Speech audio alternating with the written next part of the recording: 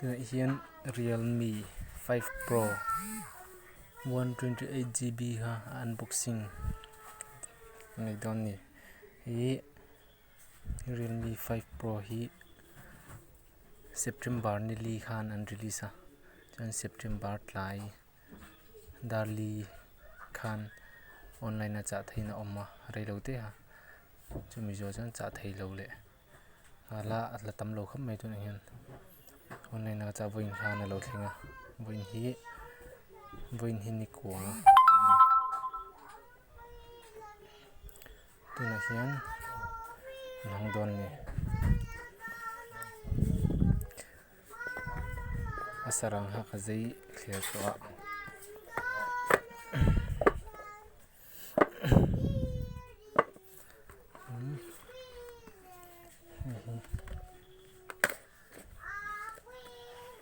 hi cover ania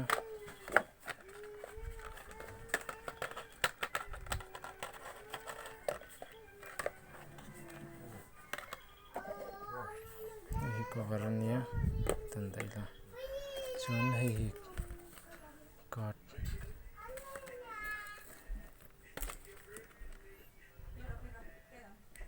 warranty meniang chuan hi lekha Realme ania chuan tandai chuan hi phone chuan tani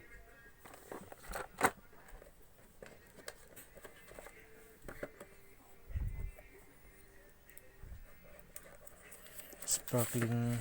purple ning ka ria ka chi arong hai moi khop me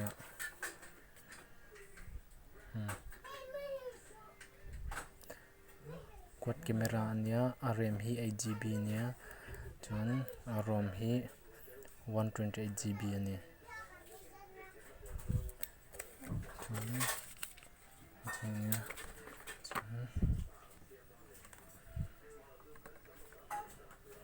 hi charger alian khop me hai atha tiang hi chuan cable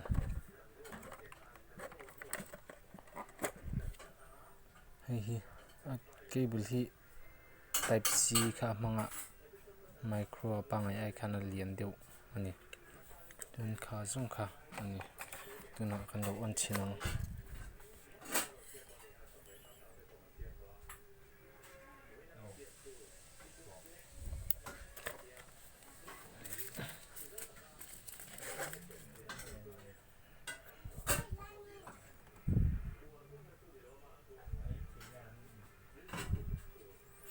Kun Snapdragon hi klemin asang dewa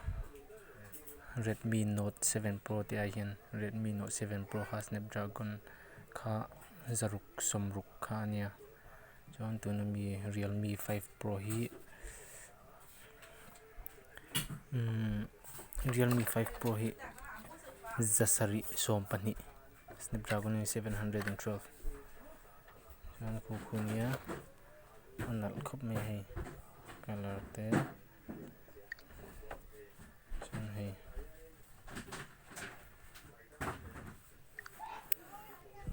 chakhop me ya chuan hei te camera nia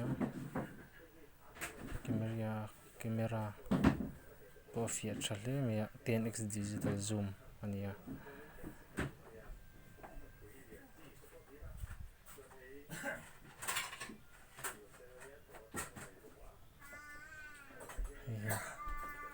kan lak chin te nia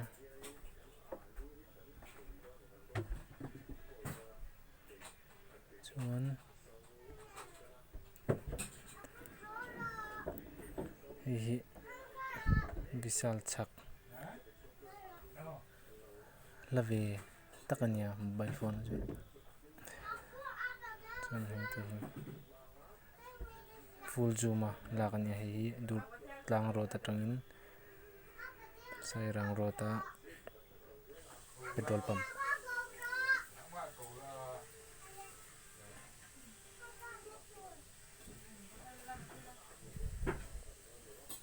pangai ni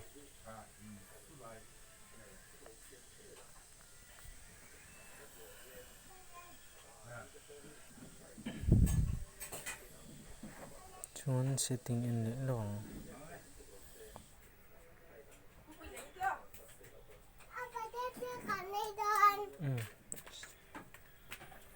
Color OS Realme 5 Pro nia Color OS amanga custom UI hian Android 9 ania processor